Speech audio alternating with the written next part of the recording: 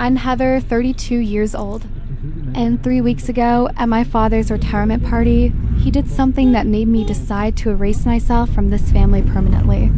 Picture this: a glittering country club ballroom, 200 guests in designer suits and cocktail dresses, champagne flowing like water. My father stood on stage, microphone in hand, introducing his family one by one. The one that looked warm to everyone else, but cut like glass. "And this is my daughter, Heather," he said. "No degree, no future, just free loads off the family." 200 people laughed. I didn't flinch. I didn't cry. "This is the last time any of you will see me." Then I walked out. The room went completely silent. What happened next? That's what I'm here to tell you. Before I continue, please take a moment to like and subscribe, but only if you genuinely want to know how this story ends. And let me know in the comments where you're watching from and what time it is there. The Evans family of Fairfield, Connecticut. My father, Richard Ivans, was CEO of a mid-sized logistics company and a membership at the most exclusive country club in the county. From the outside, we looked perfect. My mother died when I was 8. Cancer, quick and brutal. I barely remember her face without looking at photographs, but I remember her hands soft, always reaching for mine. 2 years later, my father remarried. Linda, she came with a son from her previous marriage, Marcus, 3 years older than me. Within months, they weren't just part of our family. They were the family. I became furniture. Not in any dramatic way, you understand? No Cinderella-style abuse, just invisibility. Marcus was the future of the company. I was also here. My father never hit me, never screamed. At me, he just looked through me like I was a window. He was trying to see past, but there was one person who saw me. My grandmother, Margaret Ivans, my father's mother, she called me every Sunday. Ask about my classes, my friends, my dreams. She'd say things like, "You remind me of myself at your age, Heather." Underestimated, but I see you. She left me something when she died. Something no one in the family knew about. But I'm getting ahead of myself. In this family, I learned to become invisible. What I didn't know then was that invisibility would become my greatest weapon. The day my future was decided for me, I was 20 years old. Sophomore year at UConn, business major, 3.8, 8 GPA. I had plans, dreams. A scholarship application sitting on my desk for a summer program in London. Those 2 words had never meant anything good. I found him in his study. Mahogany desk, leather chair, walls lined with awards and certificates. "Heather," my father began, not looking up from his papers. "We need to make some sacrifices as a family. Marcus has been accepted into the Wharton MBA program. It's an incredible opportunity." My heart rate didn't change. I already knew where this was going. "We can't afford both your tuition and his program," he continued. "So we've decided you'll take a break from school just for now. Marcus' career will benefit the whole family." Linda nodded, her voice honey sweet. "Have a good life, Heather. You'll find a nice husband someday." That's what really matters. I sat there frozen. Not because I was surprised. I'd spent 12 years learning not to be surprised, but because some small, stupid part of me had still hoped. "You said you'd support my education," I heard myself say. "You promised Mom before she died." My father's jaw tightened. "Circumstances change. When the company stabilizes, I'll make it up to you." He never did. What I found out later through a cousin's slip of the tongue was that there was plenty of money. They just chose not to spend it on me. I didn't argue that day. I just nodded. But inside, I made a promise to myself. This was the last time I'd let anyone else decide my worth. I moved to Boston with $2,000 in savings and a suitcase of clothes that didn't fit the life I was leaving behind. My first apartment was a 400-feet studio above a laundromat in Weston. The radiator clanked all night. The walls were thin enough to hear my neighbor's TV. I ate ramen for dinner and day. Old bagels from the cafe where I worked mornings. But here's the thing about rock bottom. You can't fall any further. I got a job as an administrative assistant at a small logistics company. Entry-level minimum wage plus benefits. The owner, a gruff man named Walter Barnes, saw something in me that my family never had. "You've got a brain, Heather," he told me one day. "Use it." So I did. I stayed late. I took free online courses at night. Supply chain management, operations, business fundamentals, MIT open course, where it became my college. My father's secretary sent me a birthday card with a $50 check from the family. I tore it up and threw it away. 4 years after I left Connecticut, I'd saved enough to start my own consulting firm, Meridian Consulting, LLC. Just me, a laptop, and a rented desk in a co-working space. I kept my name off everything public. All business went through the company name and my lawyer. Why the secrecy? Because I knew my family. If they found out I was succeeding, they'd find a way to take credit. Some people build empires to prove their worth. I built mine in silence, because silence was the only language my family had ever taught me. Grandmother Margaret died 2 years ago. When I was 30, I flew to Connecticut for the funeral, sat in the back pew, watched my father deliver a eulogy about a remarkable woman who dedicated her life to family. The irony was so thick I could taste it. At the reception, I kept to myself. No one seemed to notice I was there, which was exactly how I wanted it. But 3 days later, I got a call from a lawyer I'd never heard of.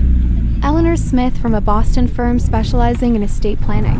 "Miss Evans, I represent your grandmother's separate estate. She established a trust fund in your name 8 years ago with explicit instructions that no other family member be informed of its existence." I nearly dropped my phone. The trust contained $800,000. "She left a letter for you as well," Eleanor continued. "Would you like me to read it?"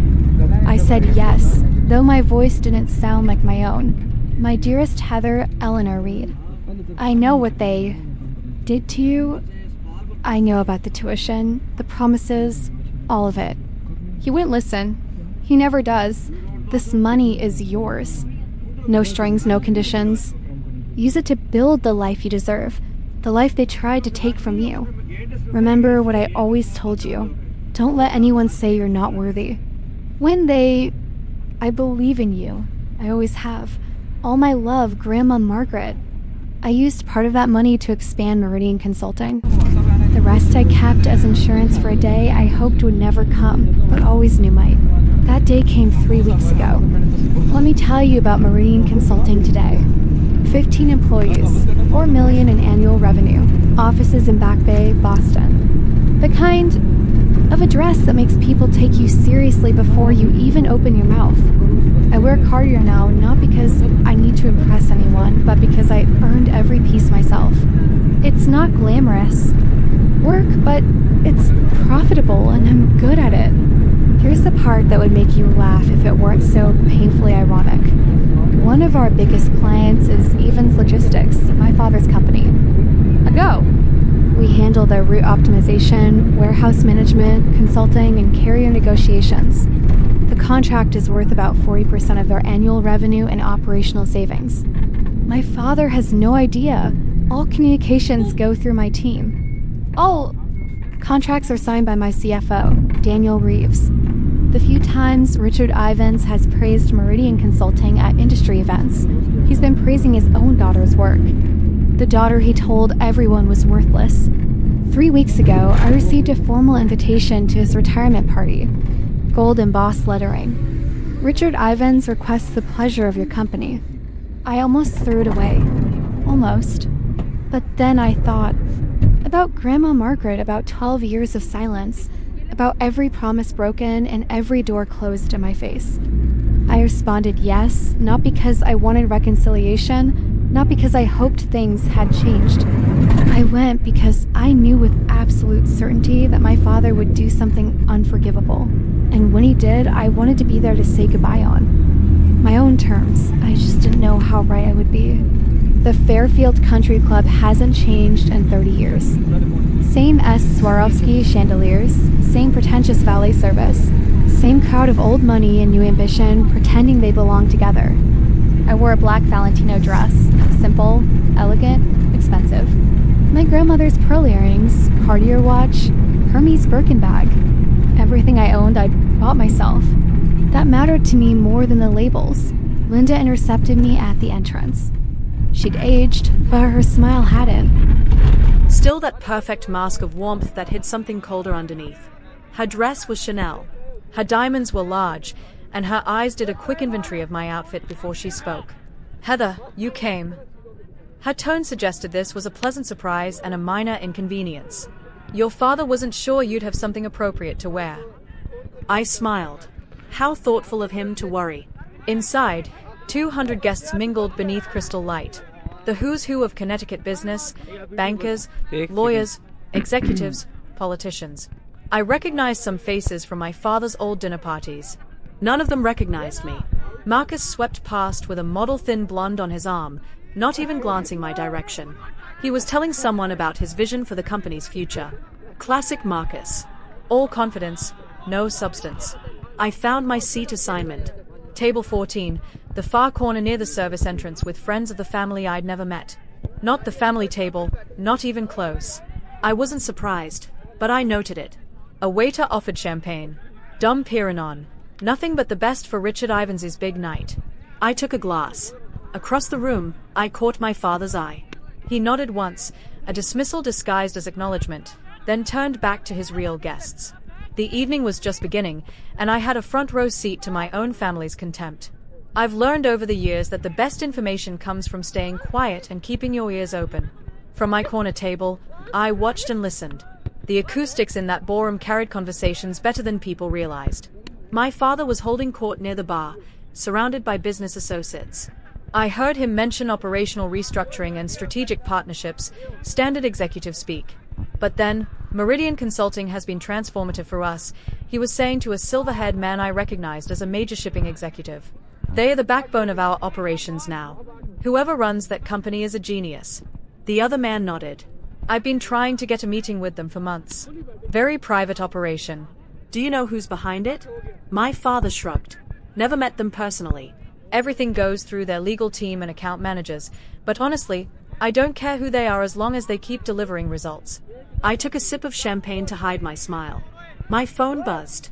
A text from Daniel, my CFO. Contract renewal docs from Ivan's Logistics arrived today. They want another 5 years. Waiting on your decision. I typed back. I'll have an answer by end of week. What my father didn't know, what nobody in that room knew, was that Meridian's contract with Ivan's Logistics was coming up for renewal. If we walked away, they'd lose 40% of their operational efficiency overnight. In logistics, that's not just an inconvenience. That's a death sentence. I hadn't decided what to do yet. Part of me wanted to keep the professional relationship separate from the personal toxicity. But as I watched my father bask in praise for his company's success built partly on my work, I felt something shift. Tonight would determine everything. I needed a refill on my champagne. Or maybe I just needed to move to shake off the strange energy building in my chest. At the bar, I ran into the extended family firing squad. Aunt Susan, Linda's younger sister, spotted me first. Her face did that thing where surprise becomes pity becomes condescension. In about half a second. Heather, oh my goodness, I almost didn't recognize you. She looked me up and down. You look well still up in Boston doing whatever it is you do. Consulting, I said. Supply chain management. Oh, how nice. The way she said it made it sound like I told her I collected bottle caps. Are you seeing anyone? Your father mentioned you're still single. 32, right? Time flies. Before I could respond, Uncle David joined in. Richard was just telling me, you're still figuring things out. Nothing wrong with being a late bloomer. I suppose not everyone is meant for traditional success. I realized with cold clarity what had happened. My father had briefed them, given them talking points about the family disappointment, set the narrative before I even arrived. Richard said, you had some emotional difficulties after leaving school. Aunt Susan continued, lowering her voice, conspirator ally. Mental health issues. So brave of you to come tonight despite everything. I felt my grip tighten on my champagne glass. Not from hurt. I was long past that from the sheer audacity. I appreciate the concern, I said, keeping my voice steady. But I'm doing very well, actually. Better than I've ever been. They exchanged glances. The kind that says, poor thing doesn't even know how far she's fallen. I excused myself before I said something I'd regret. But a plan was forming in my mind. Cold, clear, inevitable. Marcus found me on the terrace, looking out at the golf course. The September air was cool, and the stars were just starting to appear. Well, his voice came from behind me, heavy with contempt. The prodigal daughter. I didn't turn around. Marcus. He stepped beside me close enough that I could smell his cologne. Tom Ford, probably a gift from our father. Dad's about to give his speech. Wanted to make sure you weren't planning any dramatic scenes. Why would I do that? Because you've always been jealous. He said it like it was established fact. The way you stormed off after the tuition decision, the way you disappeared to Boston like some wounded animal. You've never gotten over it. Now I turned, looked at my stepbrother in his $5,000 suit, his Rolex, his perfectly styled hair. Is that what you tell yourself? His eyes hardened. I heard you started some kind of company up there playing businesswoman. He laughed short and cruel. How long until it fails? 6 months? A year? Then you'll come crawling back, begging Dad for help. I won't. You will. You always do. You're weak, Heather. You always have been. I could have told him then about Meridian, about the contract, about how his precious company's success was built on the work of the sister he dismissed, but I didn't because some revelations need the right stage. You know what, Marcus? You can believe whatever makes you feel better. I started to walk past him, but I promise you this. After tonight, you're going to wish you'd treated me differently. His laugh followed me inside, dismissive, arrogant. He had no idea what was coming. None of them did. The ballroom lights dimmed. A spotlight hit the stage. My father climbed the steps to thunderous applause. The conquering hero of Connecticut logistics, taking his final bow.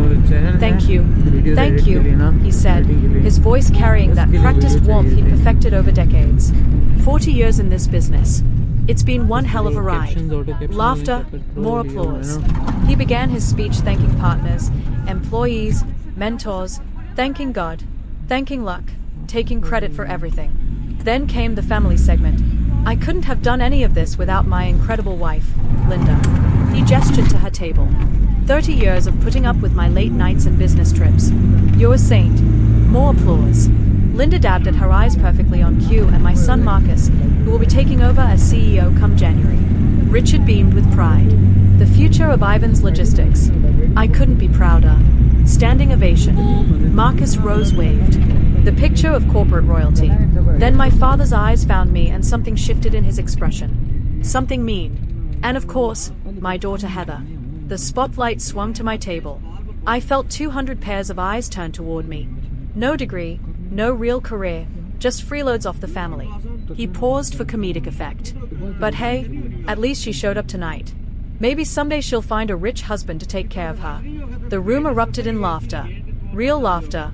The kind that comes from people who think they're in on a joke, not realizing they are watching cruelty dressed up as comedy. I sat perfectly still. Didn't flinch. Didn't cry. Didn't look away. I just waited for the laughter to fade. And then I stood up. The room went quiet as I rose. I could feel every eye on me. Some curious, some pitying, some already preparing to witness a breakdown. The unstable daughter finally cracking under her father's harmless joke. I picked up my champagne glass slowly, deliberately. My father's smile faltered just slightly. He hadn't expected me to react. I never did. I was supposed to sit there and take it like I always had. I raised the glass toward him. Congratulations on your retirement, Dad. My voice was clear, steady, loud enough for every microphone in the room to pick up. 40 years in business. Quite an achievement. I paused. You taught me a lot about hard work, about sacrifice, about exactly what kind of loyalty family can expect from you. The silence was absolute now. I could hear someone's ice clinking in their glass 3 tables away. So, here's to you. I lifted my champagne higher. Cheers. This is the last time any of you will see me. I set the glass down without drinking. Then, I picked up my bacon bag, turned, and walked toward the exit. My Louis Vuitton heels clicked against the hardwood floor, the only sound in that cavernous room. I didn't run, didn't hurry, just walked, spine straight, head high, behind me, silence. Complete, total devastating silence. Someone gasped. Someone else whispered something I couldn't hear, but mostly there was just the echo of my footsteps and 200 people trying to process what they just witnessed. The daughter, who was supposed to be broken, had just walked out on her own terms.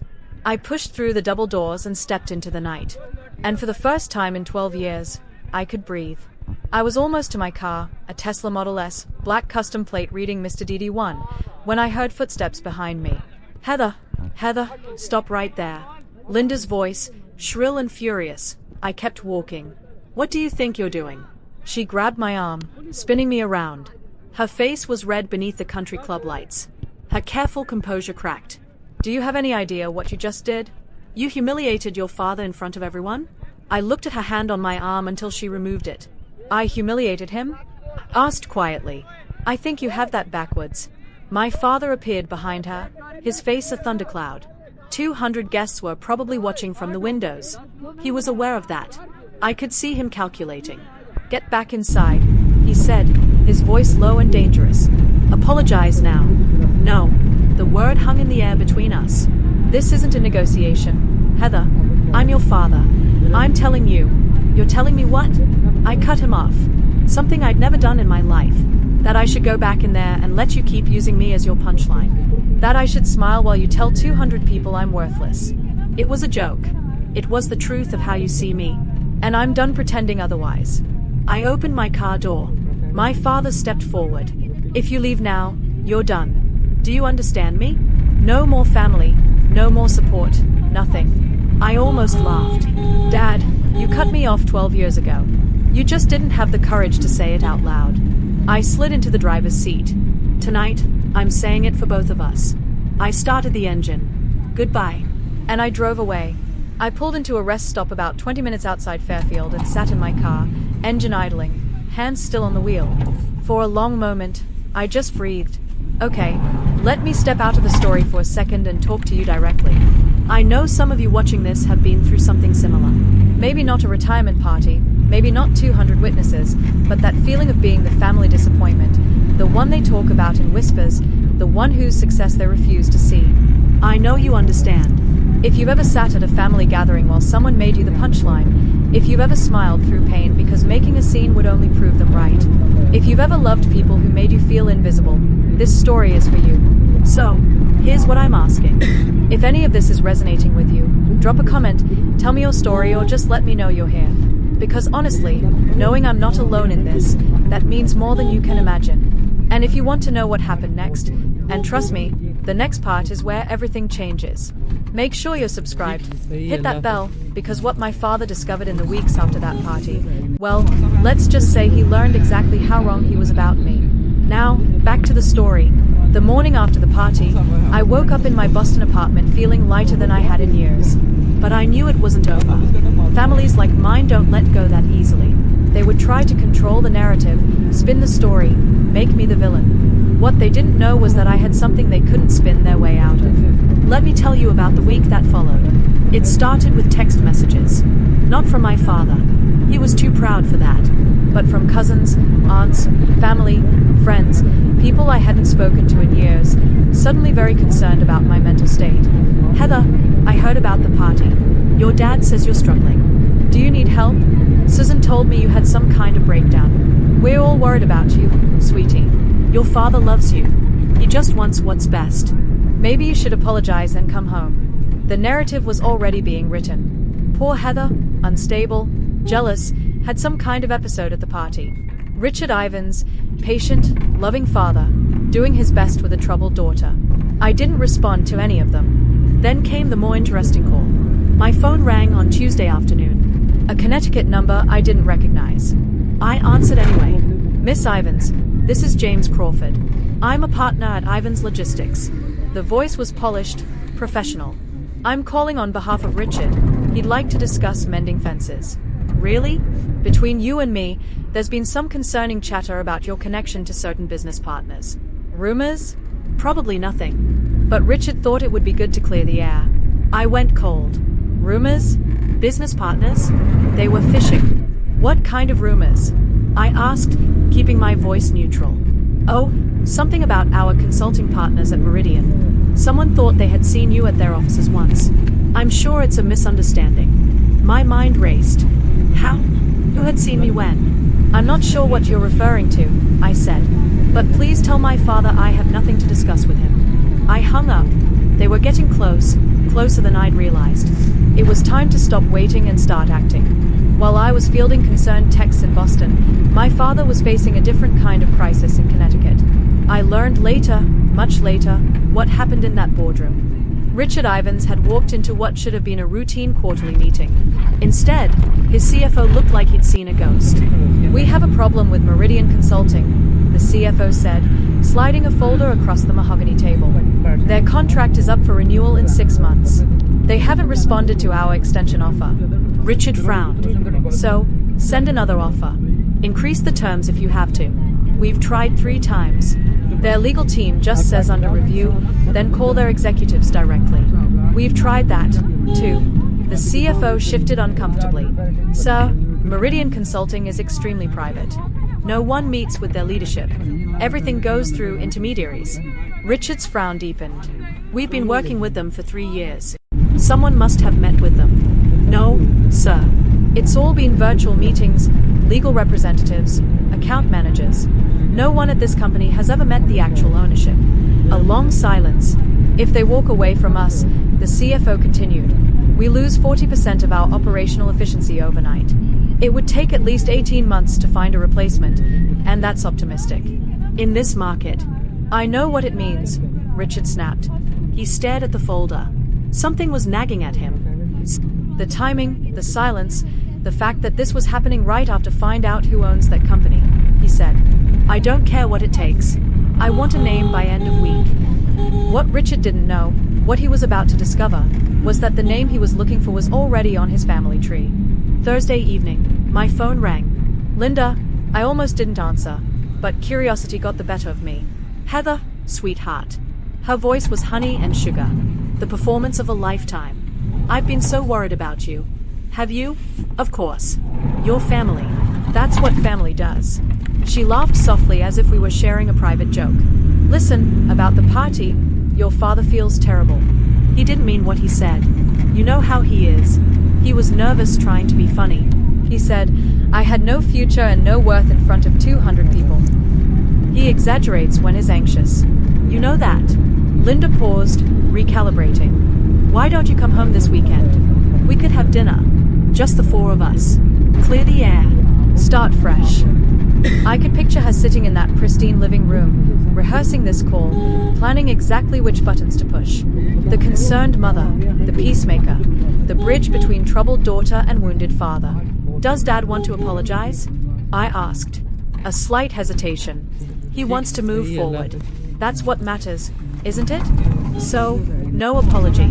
Heather, don't be difficult. We're trying to help you." "Help me? Now?" I laughed. "Linda, you've spent 22 years making sure I knew I wasn't really part of this family. Now you're calling to help me. Why?" Another pause. Longer this time. "I think we both know there's more going on here than just family drama," she said, her voice dropping its warmth. "Whatever you're planning, and I know you're planning something, it would be better for everyone if you just came home and talked this through." "No." I hung up before she could respond. They knew something. They just didn't know how much to be afraid of yet. The next morning, I drove to Eleanor Smith's office in downtown Boston. Eleanor had been my grandmother's lawyer, and since the trust fund had become mine, her office was sleek and efficient. Glass and steel, Boston skyline views, the kind of place where serious business happened. "I've been expecting you," she said when I walked in. "I assume this is about Ivan's Logistics. They are investigating Meridian, trying to find out who owns it." Eleanor nodded unsurprised. "Your anonymity was always going to be temporary. The question is, how do you want this to unfold?" She spread documents across her desk. The Meridian contract with Ivan's Logistics, every clause, every renewal term, every exit provision, the trust fund documents, the company and corporation papers. "Your contract includes a standard 30-day termination notice," Eleanor said, pointing to the relevant section. "You can end the agreement for any reason. No penalties, no legal exposure. And my grandmother's trust completely separate from the Ivans family estate, legally unimpeachable. Richard has no claim to any of it, even if he tried to contest." She looked at me over her glasses. Margaret made sure of that. I stared at the papers. Everything was in order. Everything was legal. Every T crossed, every I dotted. What did my grandmother say about all this when she set up the trust? Eleanor smiled sadly. She said, "One day, Heather is going to need leverage, and when that day comes, I want her to have it." I felt tears prick at my eyes. Grandmother Margaret, protecting me even from the grave. She also said something else, Eleanor added. "Tell her not to be cruel about it. Just be honest. Sometimes the truth is punishment enough." I nodded. The truth it was. Then that afternoon, I sat down with Daniel Reeves, my CFO, in Meridian's conference room. Daniel had been with me since year 2. He knew everything about my family, about Ivan's logistics, about why I'd kept my name off the paperwork. He was loyal, competent, and the closest thing I had to a true ally. "They want to renew the contract," he said, scrolling through his tablet. 5 more years actually increase the terms by 12%. They are nervous. They should be. I pulled up the financial projections on the conference room screen. Numbers don't lie. And these numbers told a devastating story. If we walk away, Ivan's Logistics loses 40% of their operational efficiency within 60 days. In logistics, that's not a dip, that's a free fall. Their clients will start looking elsewhere. Their margins will collapse. Daniel nodded. Marcus just took over as CEO. If this hits on his watch, his reputation is finished before he starts. We sat with that for a moment. It felt surreal, holding so much power over people who had spent decades making me feel powerless. "What do you want to do?" Daniel asked. I'd been thinking about this for days, about Grandma Margaret's words, about revenge versus truth, about what kind of person I wanted to be. "Draft the termination letter," I said finally. 30-day notice for the contract terms. No malice, no accusations, just business. And the reason? Strategic repositioning. That's all they need to know officially. I paused. But I'm also going to write a personal letter to my father. Separate envelope. He deserves to know exactly who has been depending on and exactly why that's ending. Daniel nodded. "When do you want to send it?" "Monday. First thing. No more waiting. No more hiding." I spent all of Sunday writing that letter, not the official termination notice. Daniel handled that.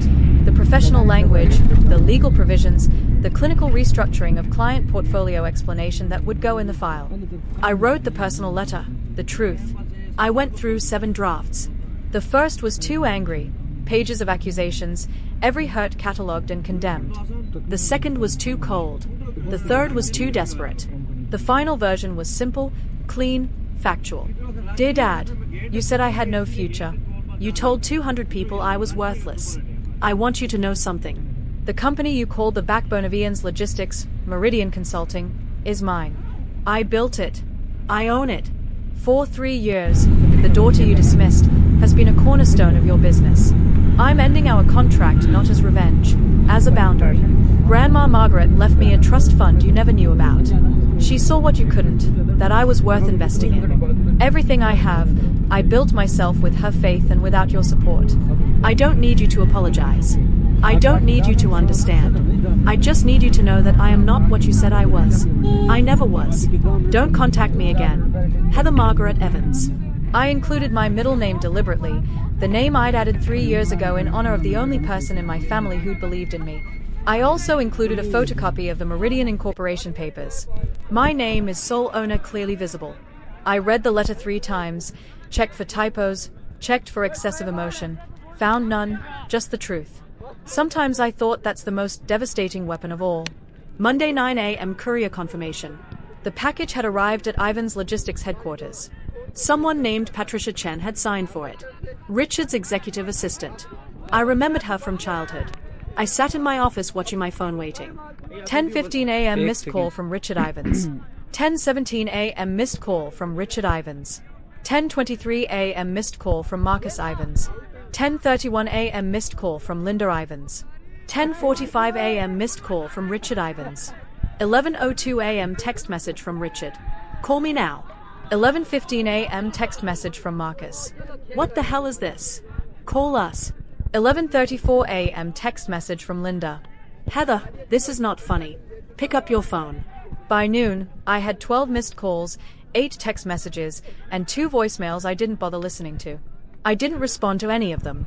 I had waited 12 years for this moment. They could wait a few more hours. At 2 p.m., my assistant knocked on my door. Miss Ivans, there's a family who says they need to see you immediately. They in the lobby. So, they'd driven to Boston. 5 hours of traffic and panic just to confront me in person. I took a deep breath, checked my reflection in the window, straightened my blazer. Send them to conference room B, I said. I'll be there in 5 minutes. This was it. The conversation I'd imagined 1,000 times. The confrontation I'd prepared for without knowing when it would come. I thought of Grandma Margaret, of her letter, of her faith in me.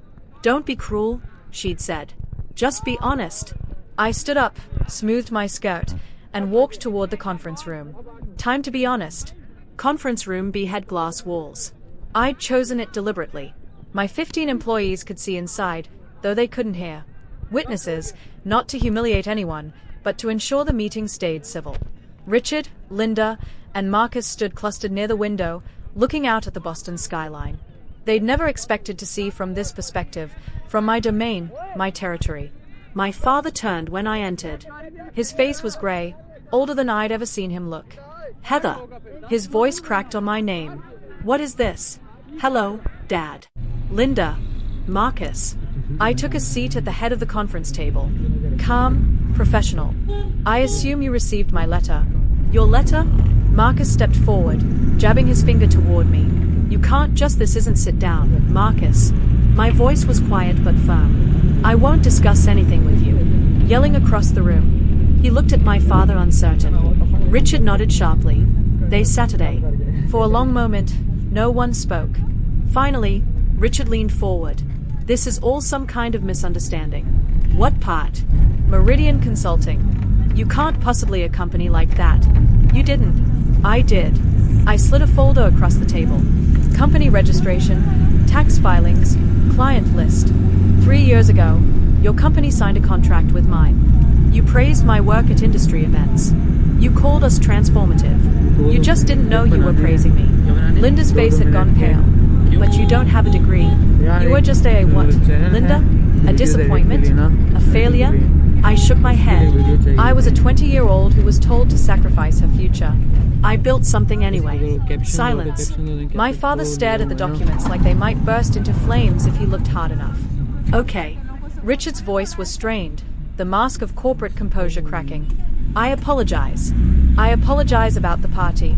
Is that what you want to hear? I'm sorry. Now, can we talk about the contract? You're sorry because you need something from me. That's not an apology.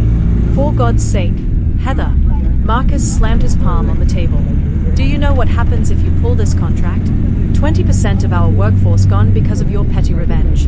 It's not revenge. It's a business decision. He was standing now, veins in his neck visible.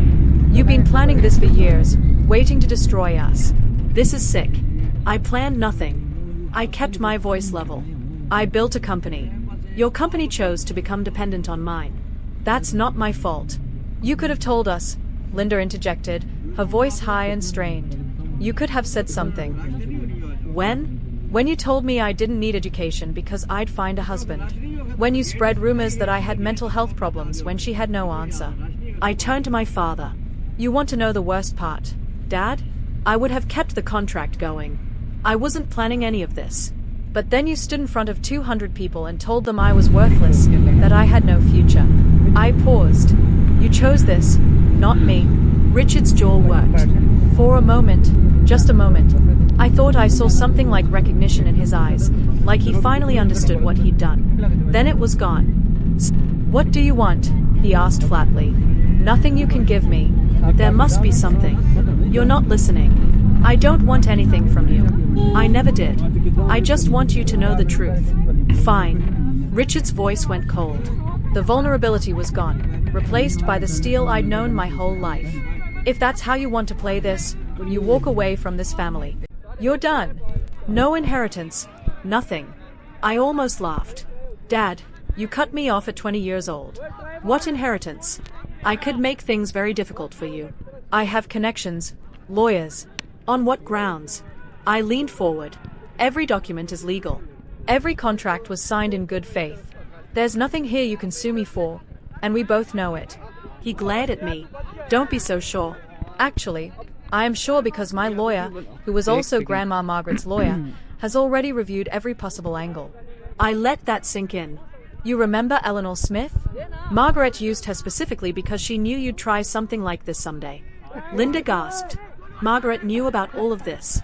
She left me a trust fund, $800,000, specifically structured so you couldn't touch it. I pulled out a photocopy of the trust document. She knew exactly what kind of family she raised. That's why she protected me from it. Richard's face went from red to white. She had no right. She had every right. It was her money. I stood. This meeting is over. Heather, we're done. I've said everything I came to say. I walked toward the door, then paused. One more thing. If you contact me again, calls, texts, showing up at my office, I will release every email, every document, every record of how this family has treated me. All of it is legal. All of it is backed up. And all of it would make a very interesting story for the business press. I opened the door. The receptionist will show you out. I stood in the doorway watching them gather themselves. 3 people who had spent my entire life making me feel small now looking very small themselves. My father rose slowly like an old man suddenly aware of his age. Linda clutched her handbag like a shield. Marcus stared at me with something new in his eyes. Not contempt anymore, but fear. This isn't over, Marcus said. Yes, it is. I meant it. Every word. I spent 12 years building a life you tried to convince me I couldn't have. I did it without your help, without your approval, without your permission, and I'll continue to do it without any of you in my life. Linda's lower lip trembled. The performance of motherly concern. Heather, please. We're family. We share blood, Linda. That's all we share. I held the door open wider. I'm not asking for an apology. I'm not asking for reconciliation. I'm setting a boundary. Don't contact me again. Don't mention me to your friends, your colleagues, anyone. Just let me go. Richard stopped in front of me. For a moment, we just looked at each other. Father and daughter, strangers who happened to share a last name. You really hate us that much? He asked, his voice barely above a whisper. No, Dad. I don't hate you. That's what you don't understand. I met his eyes steadily.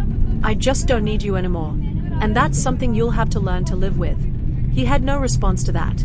They walked out through the lobby past my employees who carefully pretended not to watch. The glass doors closed behind them. I went back to my desk, opened my laptop, and got back to work. Okay, let me pause here again. If you're still watching, first of all, thank you. This isn't easy to tell, and knowing you're listening means more than you know. If you think this is where the story ends, it's not. The fallout from that meeting rippled out further than I expected. When I sent that termination letter, I thought I was just setting a boundary, protecting my peace, walking away from people who had hurt me. I didn't anticipate what would happen to Ivan's logistics or to my father's reputation or to the family secrets that would come spilling out once people started talking. Here's my ask. If this story has moved you, if it's made you think about your own family, your own boundaries, your own worth, hit that like button. It helps more than you know. And subscribe if you haven't already. Turn on notifications because the ending of this story, it's complicated. It's messy.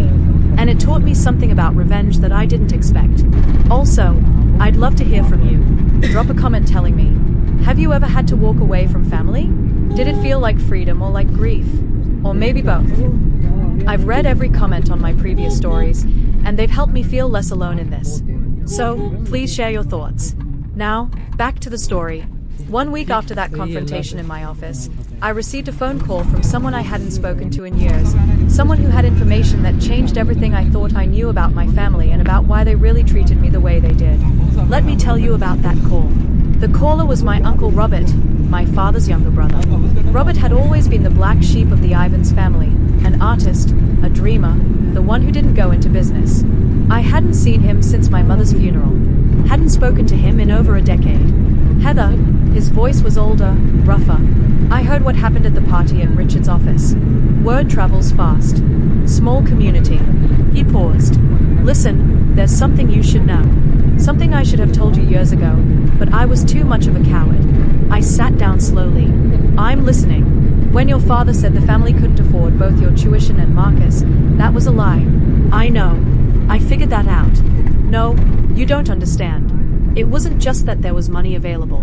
There was a specific fund. Your mother set it up before she died for your education. Enough to cover a full 4 years at any school in the country. My heart stopped. Richard drained it, used it for Marcus's MBA, then told you there was no money. Robert's voice cracked. Your mother wanted you to have choices. Heather. Richard stole them. The room tilted. I gripped the edge of my desk. Why didn't you tell me? Because I was afraid of Richard. We all were. Robert exhaled. Margaret, your grandmother. She found out. That's why she set up the trust for you. She couldn't get your mother's money back, but she could make sure Richard didn't take anything else. I thought about Grandma Margaret's letter. I know what they did to you. She knew all along. Why are you telling me now? I asked. Because it's time the truth came out. All of it. He wasn't done. 2 months after I terminated the Meridian contract, the consequences became public. I wasn't trying to monitor what happened to Ivan's logistics. Honestly, I was trying to move on. But in the Connecticut business community, news travels fast, especially bad news. The company announced a 20% workforce reduction. 70 employees laid off right before the holidays. The press release blamed market conditions and strategic restructuring, but everyone knew the real story. Their biggest consulting partner had walked away and they couldn't recover. Marcus, barely 3 months into his role as CEO, was already being questioned by the board. His vision for the future was crumbling under the weight of his father's bridge burning.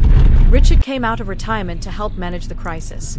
The triumphant exit he'd planned, the legacy he'd built, was unraveling, but the real damage was to their reputation. Word spread. Not from me. I kept my mouth shut. But 200 people had watched my father humiliate his daughter at that party. And when those same people heard that the daughter was actually his company's most important business partner, the whispers started. Did you hear about Richard Ivans? Mocked his own daughter. Turns out she was keeping his company afloat. Always thought there was something off about that family. In Connecticut business circles, reputation is everything. And Richard's was crumbling. A former colleague told me that at a recent industry dinner, Richard sat alone. No one wanted to be associated with the man who'd publicly disowned the daughter who'd secretly been his backbone. I didn't feel triumphant hearing this. I didn't feel satisfied. I just felt tired.